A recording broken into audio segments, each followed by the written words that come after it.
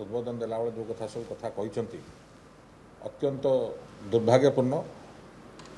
एवं जो खास कर जो टिप्पणी देइछंती कि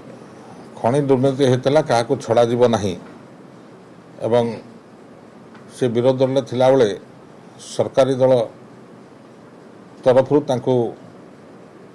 जचा होता मंत्री पद अन्य प्रलोभन देखाइला बोले जो कथा से कहते अत्यंत दुर्भाग्यपूर्ण। माननीय मुख्यमंत्री जानिबा दरकार कि से विरोध दल ना ओडिशा राज्यर माननीय मुख्यमंत्री से एवं से उक्ति देवा पूर्व से चिंता करिया उचित कि किछि नहले भी तांका पदमर्यादा को से बंचा रखा हूँ तांकर कर्तव्य। जो बड़ी भाव से उक्ति रखुंट एटा आदौ ग्रहणीय नुह। विजु जनता दल तरफ आम सदैव प्रस्तुत अच्छु जेकोसी परिस्थिति बा जेकोसी कथार जवाब देवाई। जदि से कहते विरोधी दल थिला बेले तांको प्रलोभन देखाई क्या से गणमाध्यम तो कहून से चाहिए केस कर पारते चाहिए गणमाध्यम उक्ति रखी पारते। आज मुख्यमंत्री है ये कथा कहवा केते दूर ताकू साजुची से निजक निज पचारिया उचित एवं सर्वोपर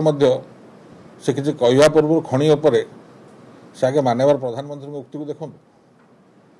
ताकर जो दलर सर्वोच्च नेता से पार्लियामेंट कौन उक्ति रखिंट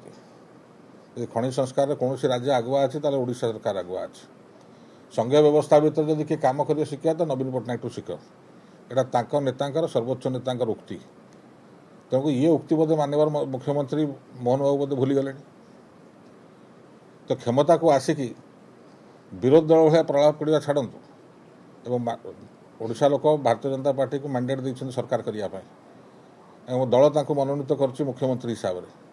से किसी ना पदमर्यादा रक्षा करवाटा उचित तांकर एभली कथा कहले